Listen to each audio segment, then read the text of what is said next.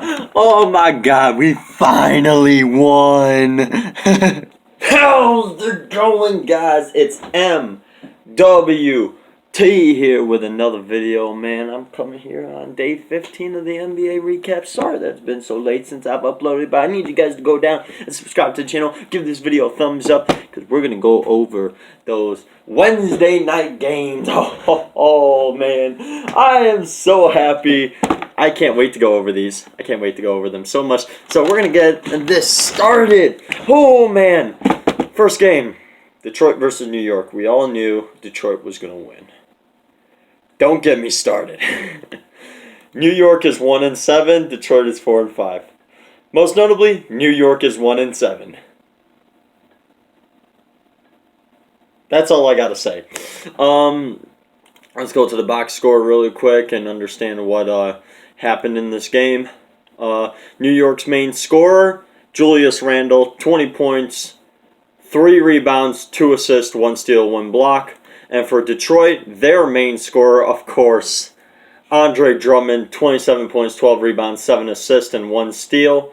Matchup-wise, the New York Knicks only led by 3 points, and that was during the first quarter. And then the Detroit Pistons completely tore them apart and was up by 25 during the fourth quarter and won the game by 20. So, New York, you suck! So, that's all I got to say about it. Next game, let's go to Indiana versus Washington. Very interesting game to watch right here. So, Indiana won this game 121-106. And the Pacers scored 44 points in the second quarter.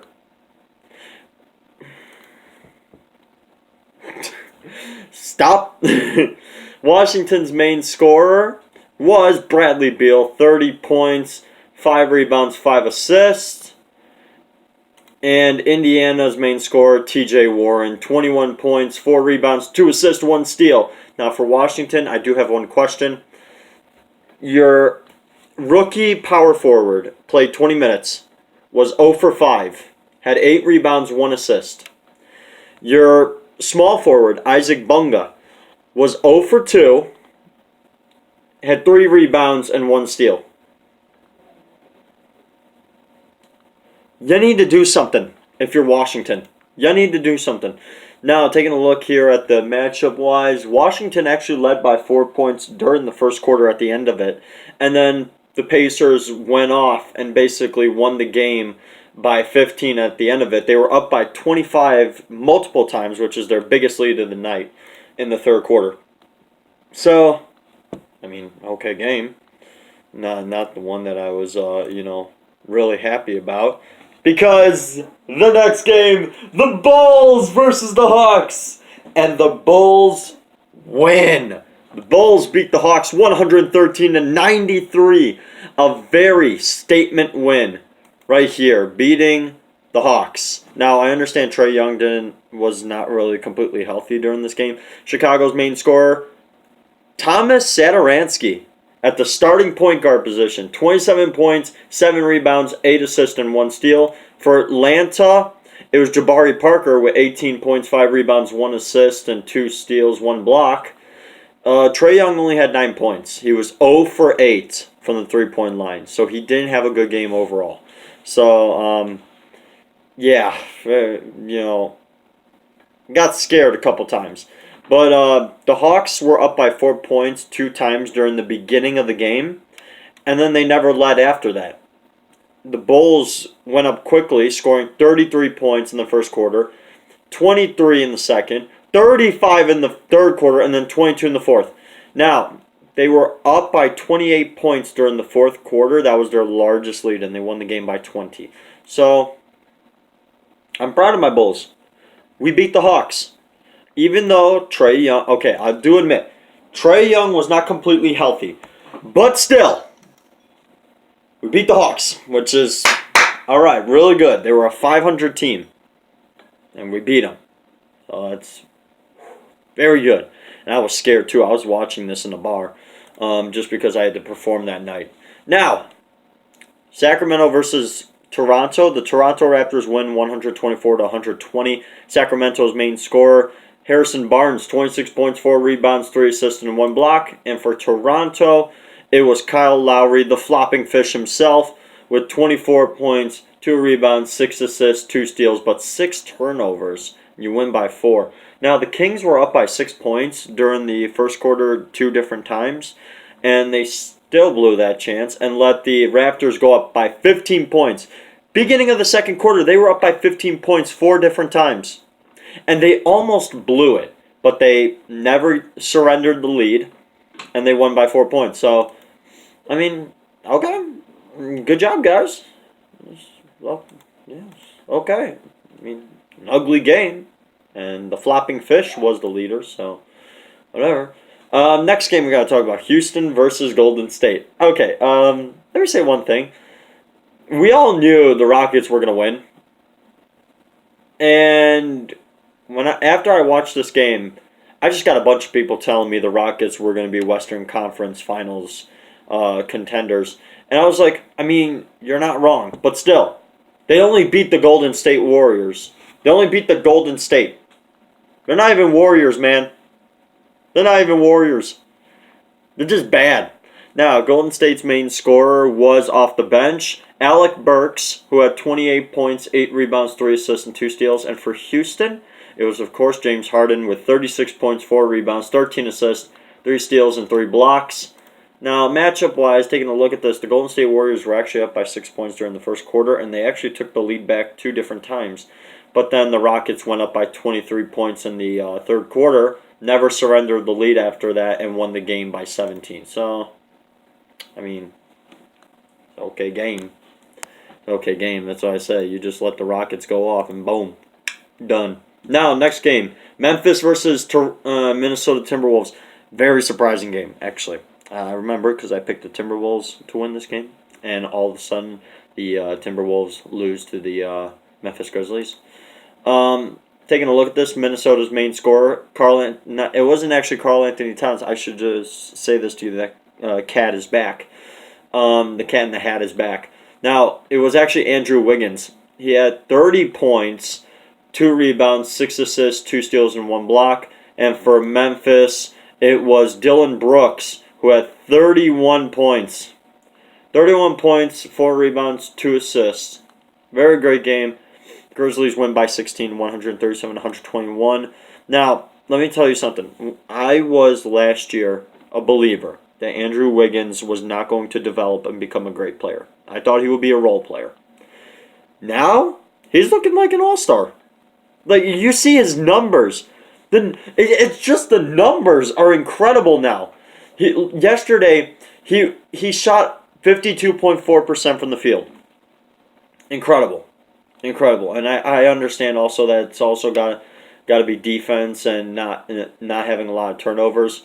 So, just that's all he's got to watch out for. Now, Minnesota was up by 5 points during the first quarter. They blew that, let the Grizzlies go up by 16 points at the beginning of the second quarter. Now, the Grizzlies actually blew that 16-point lead in the second quarter.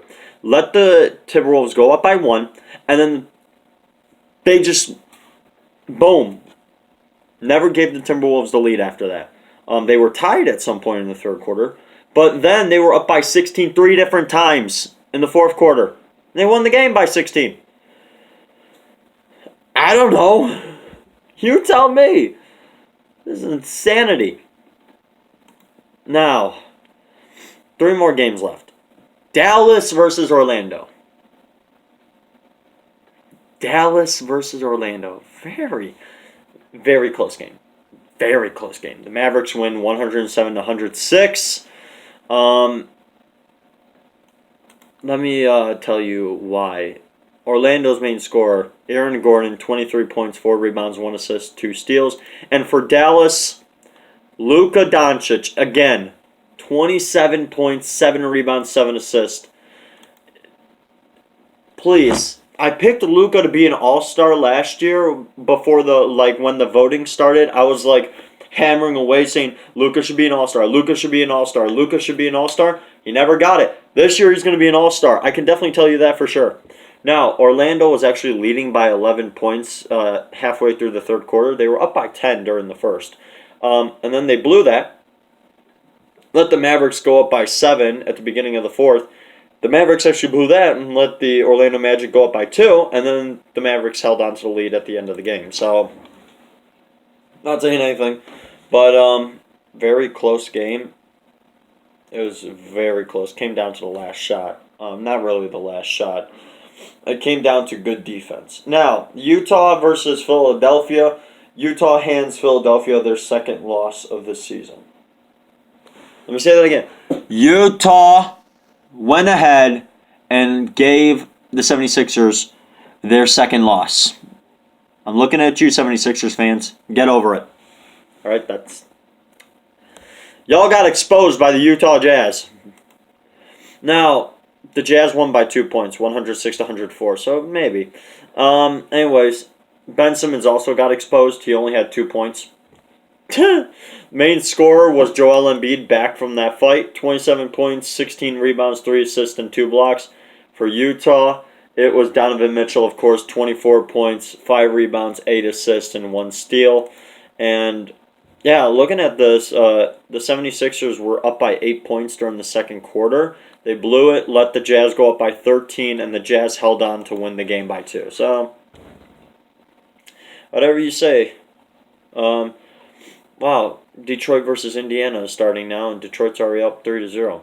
And Memphis versus Orlando, okay. Now, last game we got to talk about.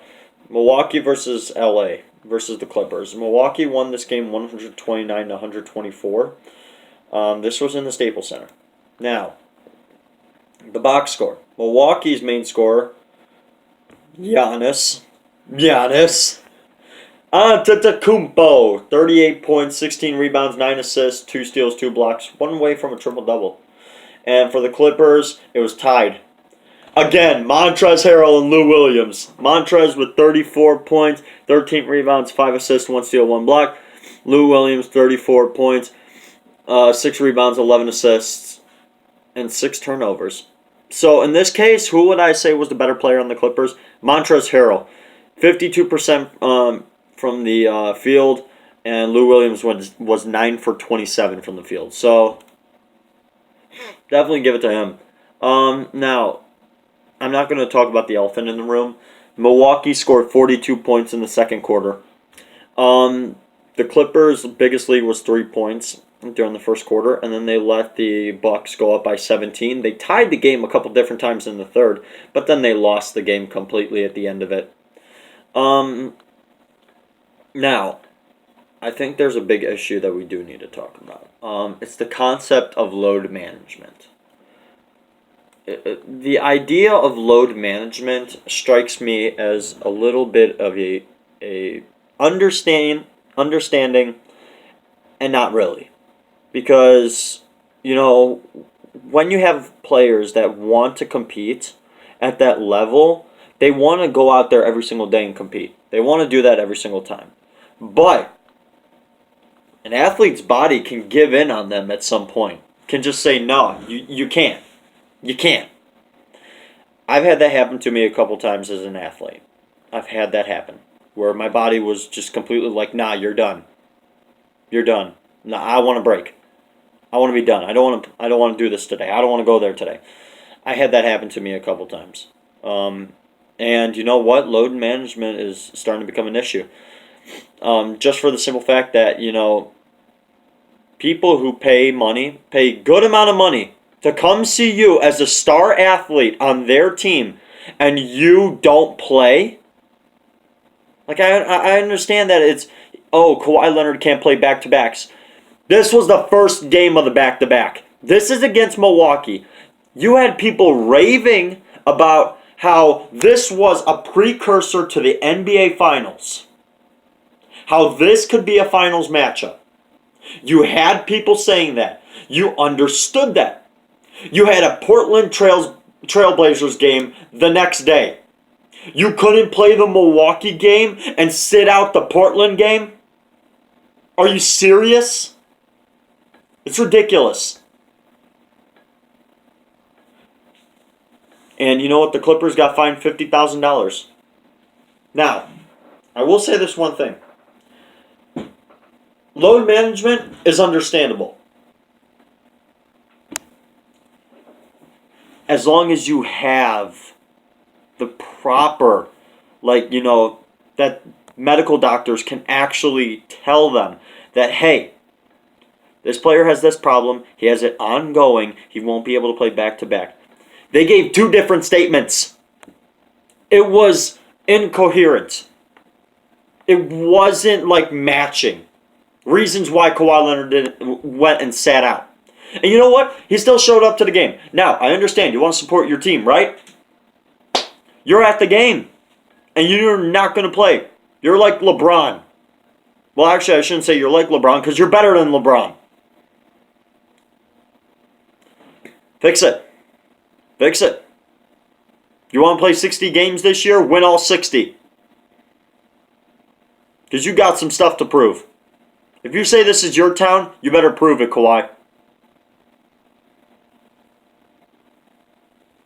That's all I got to say on this topic.